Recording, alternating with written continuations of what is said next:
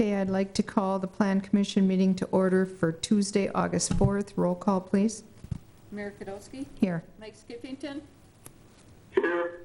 Corey Campbell. Here. Gary Paul. Here. Jim Allen.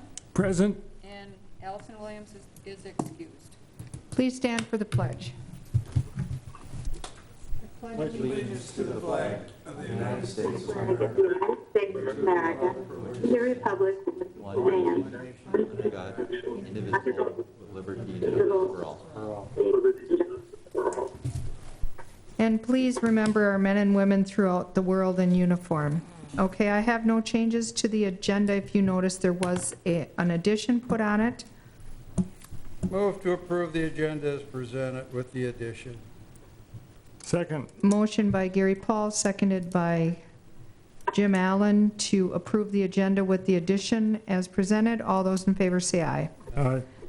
Aye. Opposed? Motion carried. Number 5, action on the minutes from the regular Plan Commission meeting of July 7, 2020. Move to approve.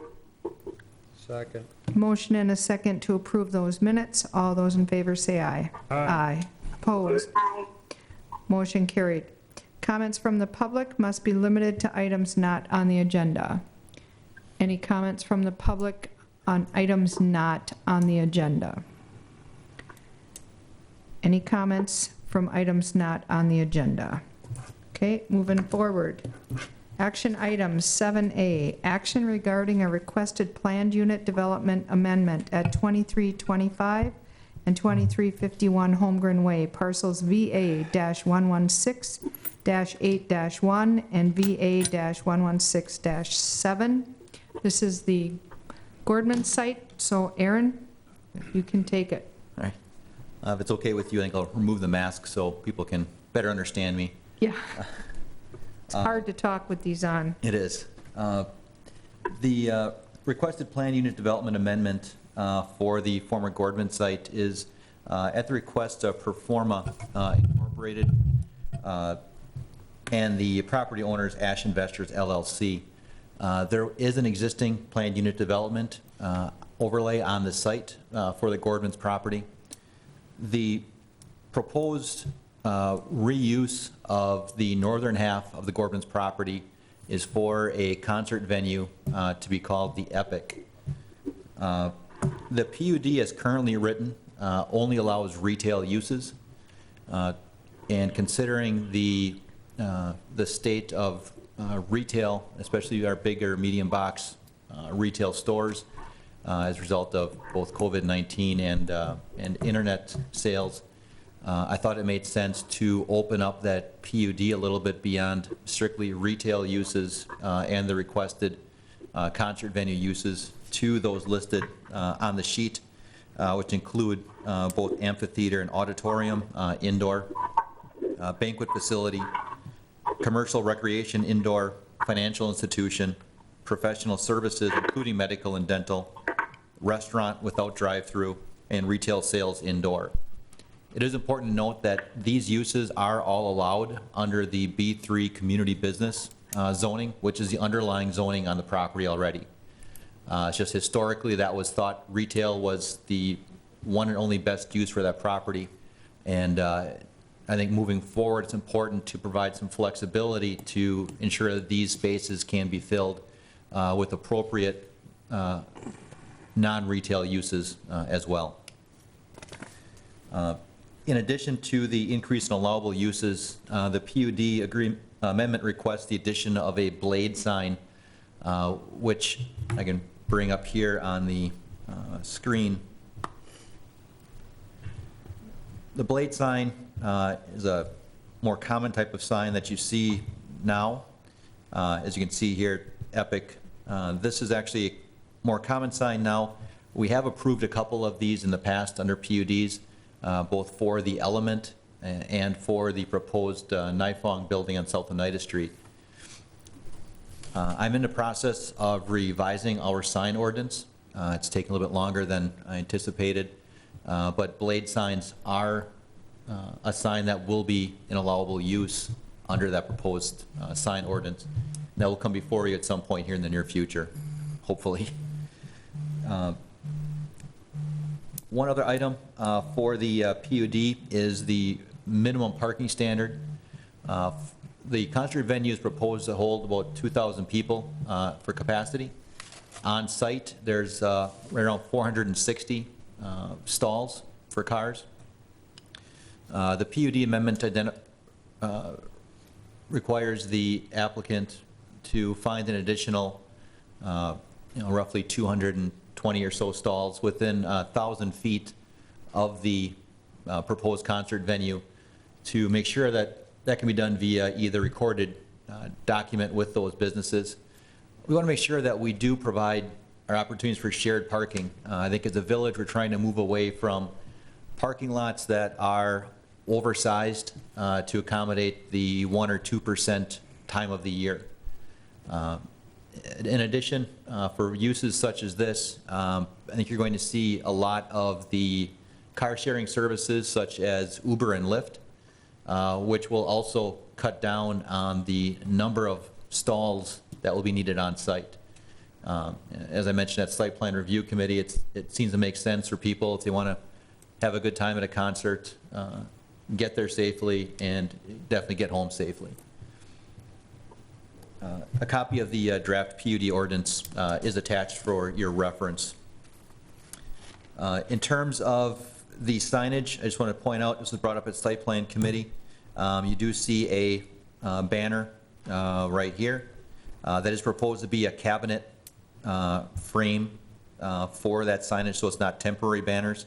It is a permanent sign. It's just the face may change over time with the different shows.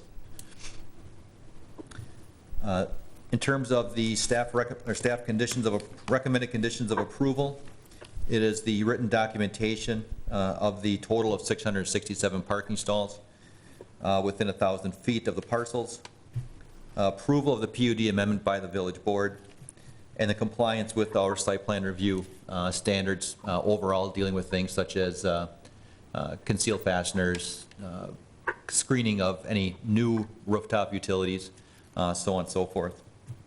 Site Plan Review Committee did review and recommend approval this afternoon. Richard Trodovic, representing the developer, is in the audience. If you have any questions for him, otherwise I'd be happy to answer those questions as well. Like Aaron said, this did go through site plan just a couple hours ago, and it was approved. He pointed out the sign and the one that looks like a banner, but that is actually a sign. So, any questions? Aaron? Yes. Yeah, I have a question. Corey, I just want to find out, did you say 2,000 feet? It actually is not fixed seating. It's basically a concrete floor similar to the distillery as far as how it may look, with the bar in the back, Okay. and then a large open concrete area for standing room. Maybe a few tables around there as well, but no fixed seating. Okay.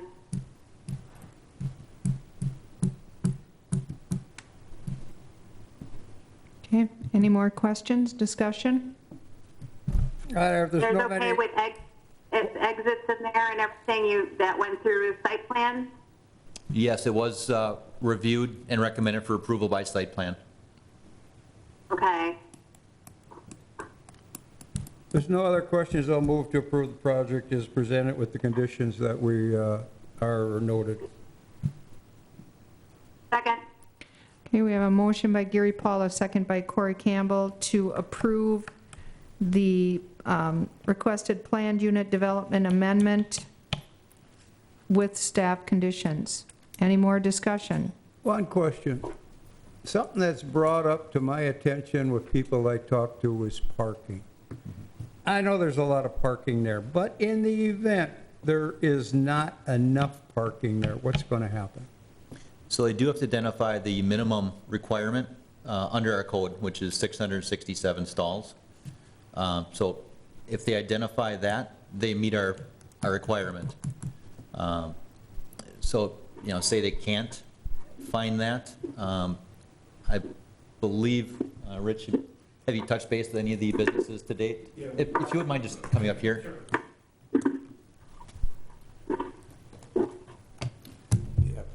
Yeah, all right, I'll just drop that down to you for a second. So, yeah, we have talked with a number of the neighboring businesses, and we're close, and they're very willing to work with us due to the fact that we're kind of off our operations and stuff that won't interfere with a lot of the, the day-to-day 9 to 5 type business operations, so we should be fine with that.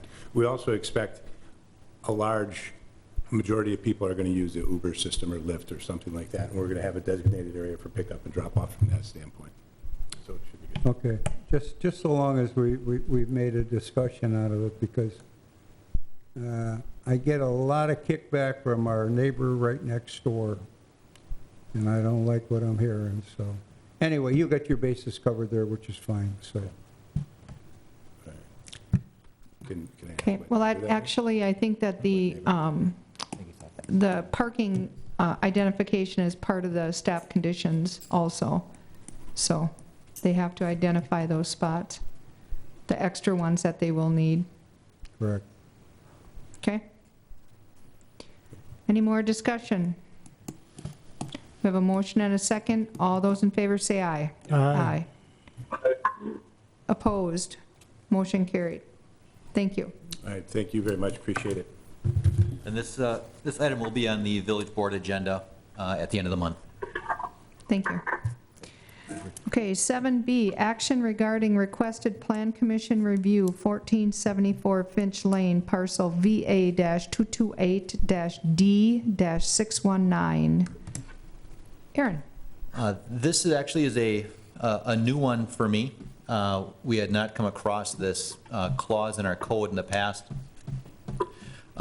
Under section 17-5-200 sub E sub 2 sub C Wow. of our municipal code, there is a clause that allows for the Plan Commission to approve an exception up to 5% of the impervious surface requirement, or maximum impervious surface for residential properties. In this case, the property itself at 1474 Finch Lane, the lot size actually is 28,000 square feet. We would typically allow 30% impervious surface. 30% of that is significantly larger than 8,000 square feet, which is our hard maximum, okay? So you may have a large lot, say it's 2, 3, 4 acres. The percentage of that wouldn't come into play. You'd be at 8,000 square foot maximum, okay?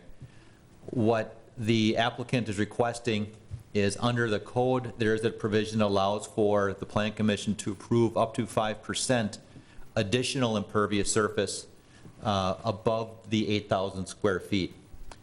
So you could approve up to 8,400 square feet of impervious surface. In this case, the applicant has proposed landscaping and a home, et cetera, that is 8,377 square feet. So it is within the 5% additional impervious surface that you can approve. And again, it's not a variance. I want to be clear about that. This actually is an allowable increase in the code. It just has to go to Plan Commission for review. So the additional 5% is within the code that we have with the village. Correct. I don't see any problem with it. Okay, anybody have any questions, concerns? Move to approve the, I don't have it in front, move to approve the additional 5%.